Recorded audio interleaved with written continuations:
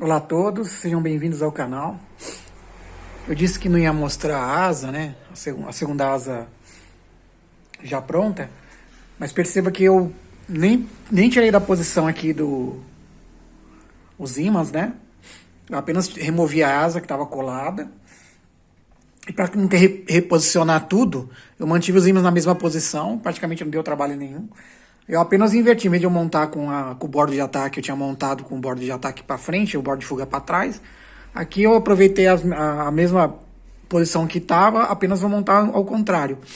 Vou montar com o bordo de fuga para frente nesse, o bordo de ataque na frente, para cá apontando para minha direção aqui, e o bordo de fuga para lá. Então, aí, quer dizer, eu aproveitei todo o posicionamento dos ímãs aqui para você ver como é fácil.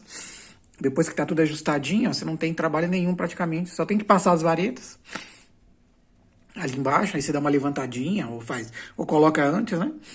E aí depois é só proceder a colagem. Aqui tá a outra asa pronta.